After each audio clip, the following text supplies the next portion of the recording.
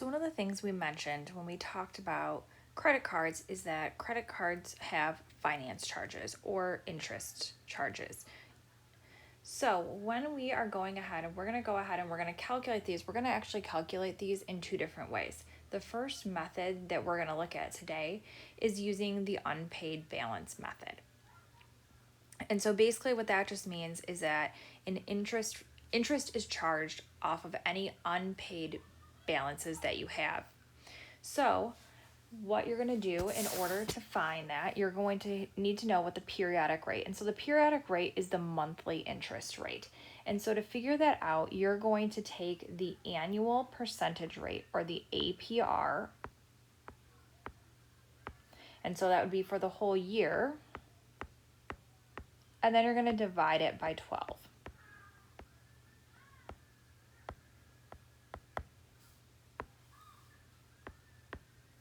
So that gives us our periodic rate. The next thing then is we are going to have our finance charge. And so the finance charge is found by taking the previous month's balance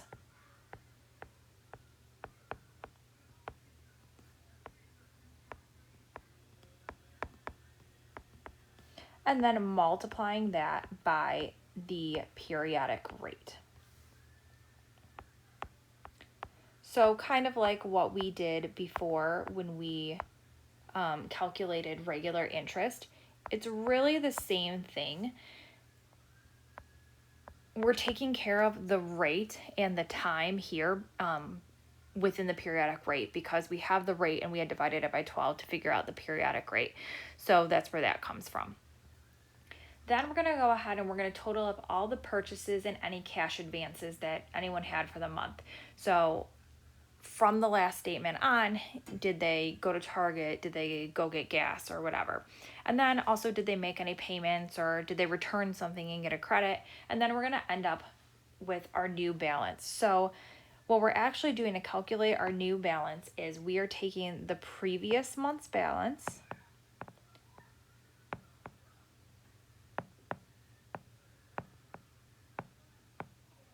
and then we're going to add in any finance charges that we found in step 2.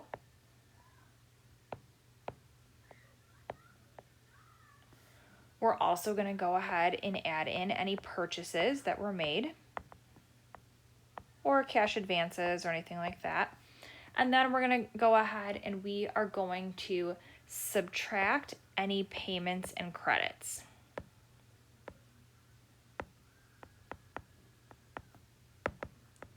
And so then what we're left with would be our new balance.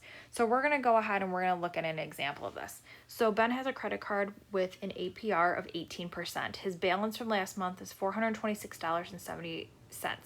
During the month, he paid for gas with his card 3 times. He went to dinner with his friends. He returned something and so he got a credit and he also made a payment. So we're going to go through and we're going to do this step by step. So the first thing we're going to do is we're going to find the periodic rate. So we're going to take that 18%, or just the 18, and we're doing these as regular, just 18. We're not turning into a decimal yet. And then I'm going to go ahead and I'm going to divide by 12. And so then I'm going to end up with the periodic rate is 1.5%. Now I can go ahead and I can use that, and now I'll turn it into a decimal. And I'm going to go ahead and find the finance charge. So the previous month's balance was $426.70. We're going to multiply that by our percent. Again, we moved our decimal over twice, so it's 0.015. And if we do that, we're going to end up with a finance charge or an interest of $6.40, which isn't terrible.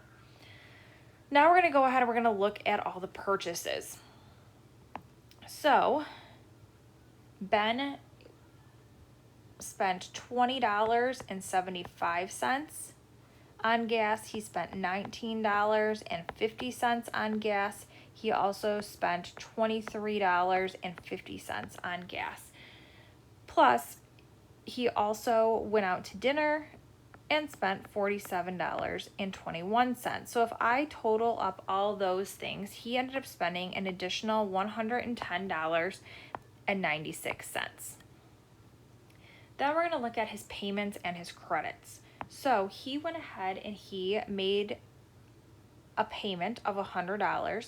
We also know that he returned something to Amazon, so he got a credit of $23.31. So in total, $123.31 is going to be coming off his bill.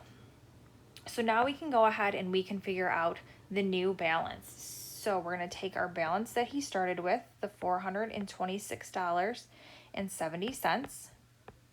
We're going to add in the interest or the finance charge. We're going to go ahead and we are going to add in all those additional things that he spent money on for the month. And then we're going to go ahead and we are going to subtract the payments and credits.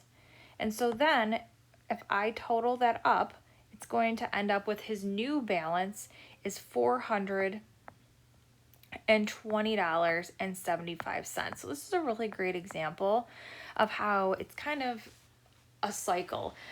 If you don't use your card and you're just making payments on it, then it's easier to pay it off. But if you're still going to be using your card sometimes for things, even though he paid $100, his balance is still at only $6 less, basically, than what he started off with.